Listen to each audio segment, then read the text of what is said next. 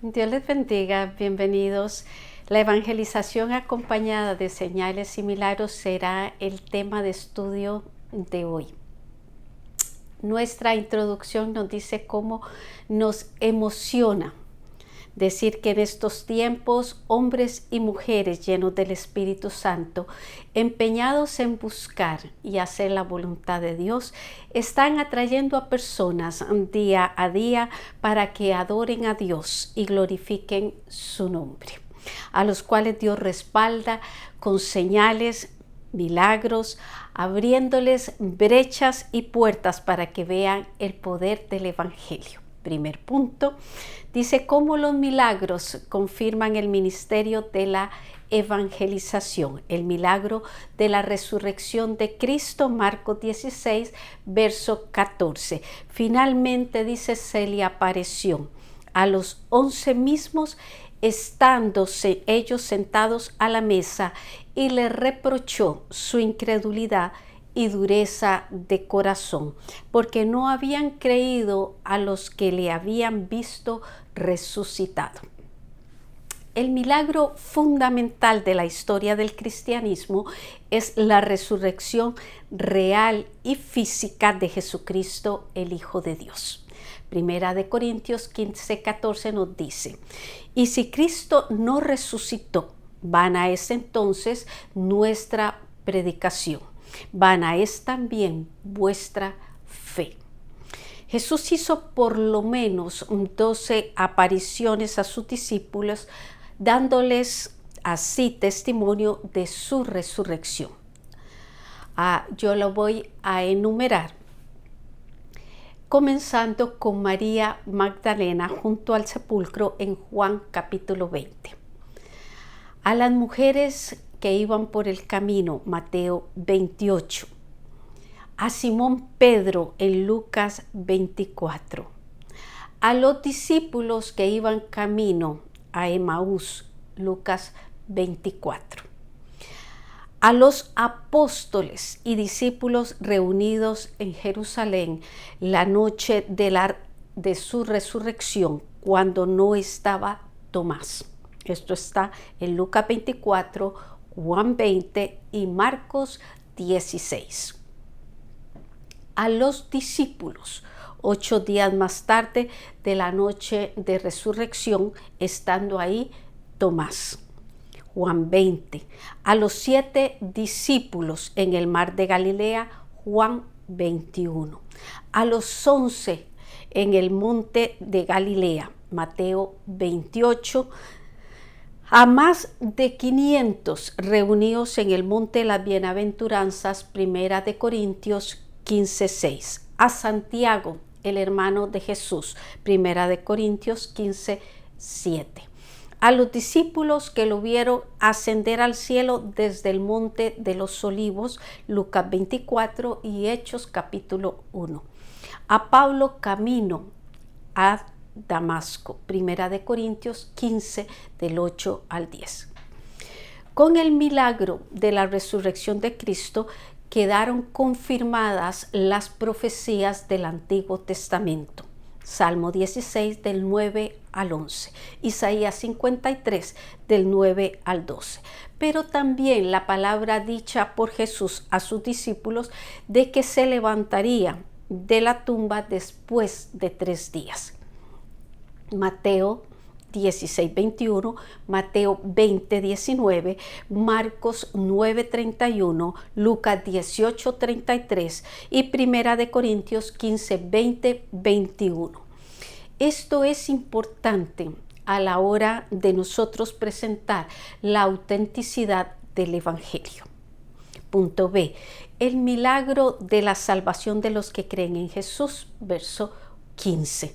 Y les dijo: id por todo el mundo y predicar el Evangelio a toda criatura, para que se produzca el milagro de salvación que se hace realidad en el momento que un individuo cree y recibe a Jesucristo como su Salvador y Señor.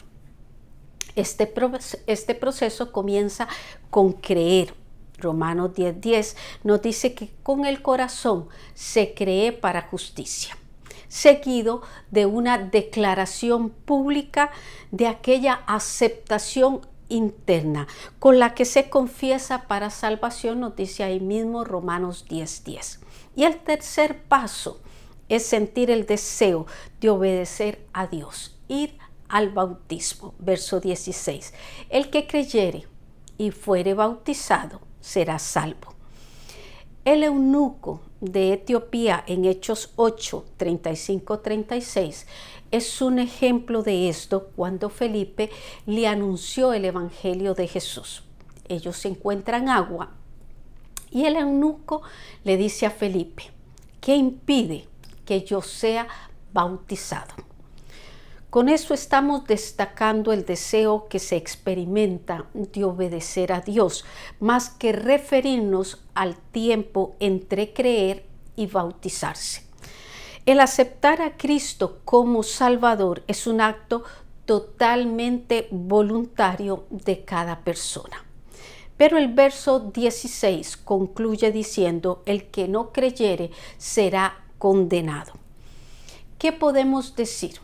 ¿Qué tan serio es para el creyente presentar a Cristo como Salvador, como para el oyente tomar la decisión correcta? Ezequiel 33, 8 y 9. Punto C. El anuncio de señales y milagros para la evangelización, verso 17. Y estas señales seguirán a los que creen. En mi nombre echarán fuera demonios, hablarán nuevas lenguas, verso 18. Tomarán en la mano serpientes y si bebieren cosa mortífera no les hará daño. Sobre los enfermos pondrán sus manos y sanarán. Estos dos versos nos señalan 5 categorías de señales que les voy a presentar. Una es la liberación, cuando dice en su nombre echarán fuera demonios, porque Jesús sabe de las luchas que se enfrentan contra principados, contra potestades, contra los gobernadores de las tinieblas de este siglo, contra huestes espirituales de maldad en las regiones celestes, nos dice Efesios 6:12. 2. Lenguas. Hablaremos nuevas lenguas y esta no se está refiriendo a los diferentes idiomas, sino a aquellos que da el Espíritu Santo como un medio más íntimo de comunicación, de adoración y de edificación que comenzó el día de Pentecostés y estará para la Iglesia de Cristo hasta que ésta sea levantada. Primera de Corintios 13, 8 y 10. La protección de las fieras, tomarán en sus manos serpientes, dice el verso. Una promesa para los peligros que enfrentan sus siervos en el campo de la evangelización. Protección de los enemigos. Si bebieren cosa mortífera no les hará daño, porque existe la manipulación de alimentos y bebidas usada con propósitos malignos. Sanidad. Sobre los enfermos pondrán sus manos y sanarán. Tenemos que decir que cada una de estas señales los pondrá el Espíritu Santo según el propósito y el desarrollo de su obra aquí en la tierra. D. Los milagros como confirmación de la palabra predicada, verso 19. Y el Señor, después que les habló, fue recibido arriba en el cielo y se sentó a la diestra de Dios. El ascenso de Jesús al cielo era necesario como parte del plan de Dios para la exaltación de su Hijo después de la encarnación y humillación para redimir a los creyentes en Él. En este verso se nos dice que Él se sentó a la diestra de Dios. Información que concuerda con Hechos 7, 55, cuando dice que Esteban, lleno del Espíritu Santo, puesto los ojos en el cielo, vio la gloria de Dios y a Jesús que estaba a la diestra de Dios. Este lugar en que Jesús se sienta es también una garantía para nosotros de su intercesión. Primera de Timoteo 2:5 nos dice, porque hay un solo Dios y un solo mediador entre Dios y los hombres, a Jesucristo hombre. Y también en Juan 16:33 nos garantiza Jesús la respuesta a nuestra oración cuando dijo, de cierto os digo que todo cuanto pidiereis al Padre en mi nombre, os lo dará. Verso 20. Y ellos saliendo, predicaron en todas partes, ayudándoles el Señor y confirmando la palabra con señales que la seguían. Amén. Este verso encierra la práctica de lo que hemos hablado en los versos anteriores en tres partes. Una fue que salieron ellos a predicar. Eso significa que obedecieron. 2. El Señor los ayudó como lo prometió. Y 3. La predicación de la palabra era confirmada con las señales que le seguían. Todavía se necesitan las señales y los milagros que Jesús otorgó para cumplir la gran comisión. Nuestra fe y obediencia los activan en el cumplimiento de compartir la palabra con otros. Pregunta: ¿cuáles son las 5 categorías que nos presentan de las señales? 2.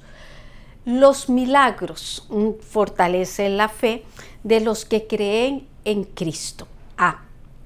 La salvación no se basa en la elocuencia, sino en Cristo crucificado.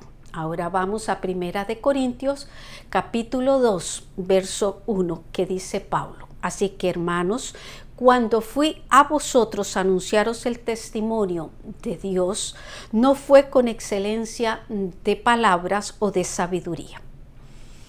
El apóstol Pablo en este verso le recuerda a sus hermanos de Corinto cómo fue su llegada a ellos y su difícil ministerio en esta ciudad. Los invito a leer Hechos 18, del 1 al 21. Y 2 cosas dejó claro. Una era que la elocuencia no salva a nadie. Los corintios estaban expuestos a 2 tipos de oradores. Los filósofos griegos, que abundaban en razonamientos humanos por su amor a la sabiduría humana. Y a los maestros judaizantes, que les enseñaban un evangelio mezclado. Les imponían normas y mandamientos basados en tradiciones y falsas interpretaciones de las Escrituras. Yo, les dice Pablo, no traté de impresionarlos con vana palabrería para no caer dentro de la categoría de estos 2 oradores. Porque no es la sabiduría humana ni los mandamientos de hombres que pueden salvar ni edificar a nadie. 2. La base de la salvación es Jesucristo crucificado. Verso 2. Pues me propuse no saber entre vosotros cosa alguna sino a Jesucristo y a este crucificado. Eso significa que el evangelio que Pablo proclama está basado en el sacrificio de Jesús en la cruz. Lo que le parece locura a muchos, nos dice 1 de Corintios 1:18, que se preguntan, ¿cómo puede salvar a uno que fue clavado en una cruz? 1 de Corintios 1:21 contesta, ya que en la sabiduría de Dios el mundo no conoció a Dios mediante la sabiduría, agradó a Dios salvar a los creyentes por la locura de la predicación. Concluimos diciendo que el mensaje de Dios para la salvación de las almas debe ser en el poder de la obra salvadora de Jesucristo solamente. Punto B. La demostración del poder de Dios es necesaria para la evangelización. Verso 3. Y estuve entre vosotros con debilidad y mucho temor y temblor. Cuando Pablo más lo necesitaba, el Señor le dijo a él en visión de noche: no temas, sino habla y no calles. Hechos 18:9. Y en el 10 le agrega: porque yo estoy contigo. Verso 4. Continúa Pablo recordándoles y les dice: ni mi palabra ni mi predicación fue con palabras persuasivas de humana sabiduría, sino con demostración del Espíritu y de poder. Esto lo podemos comprobar al leer 1 Corintios capítulo 12, donde Pablo se refiere a los dones que la iglesia de Corinto tenía. Ella llegó a ser el modelo para las congregaciones del mundo mediterráneo. Esto no evitó que hubieran problemas de autoridad. Y les voy a desglosar los capítulos de 1 Corintios. Esto pasó en el capítulo 4. Problemas de inmoralidad en los capítulos 5 al 7. Los problemas de idolatría, capítulos del 8 al 10, de culto y de servicio en el capítulo 11 y de la administración de los dones en los capítulos 12 y 14. En una comunidad cristiana y además numerosa, aunque pienso que aunque no sea numerosa también puede manifestarse elementos buenos y malos, a lo que Pablo explica con satisfacción de haberlos enseñado el verso 5, que les dice: para que vuestra fe no esté fundada en la sabiduría de los hombres, sino en el poder de Dios, para cuando vengan las pruebas, para cuando venga la persecución o las decepciones, podamos resistirlas en el fundamento de Cristo crucificado y resucitado, y quien se manifiesta con gloria y poder a través de su Santo Espíritu. Por eso, al evangelizar, debemos llevar a estas personas al conocimiento personal y pleno de la obra salvadora de Cristo. Pregunta: ¿qué fortaleció el ánimo de Pablo para seguir proclamando el Evangelio cuando él sintió debilidad, temor y temblor? Reflexión. En cada uno de los casos que vimos en esta clase, la presencia del Señor y su poder le dio el ánimo y la fortaleza para continuar hacia el propósito de que Cristo sea glorificado en la debilidad humana. A los discípulos, sus apariciones después de resucitar. A Pablo, una visión de noche.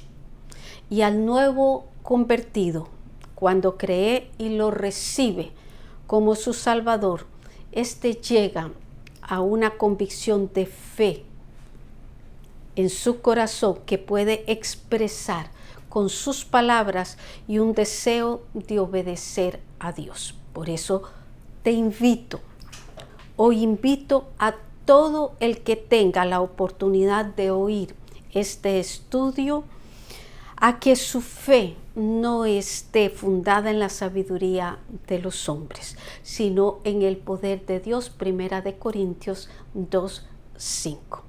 Así que, hermanos, prosigamos a la meta, al premio del supremo llamamiento de Dios en Cristo Jesús. Filipenses 3 del 1 al 14. Y espero nos acompañe la próxima semana con la clase sobre la evangelización de los que sostienen otras creencias.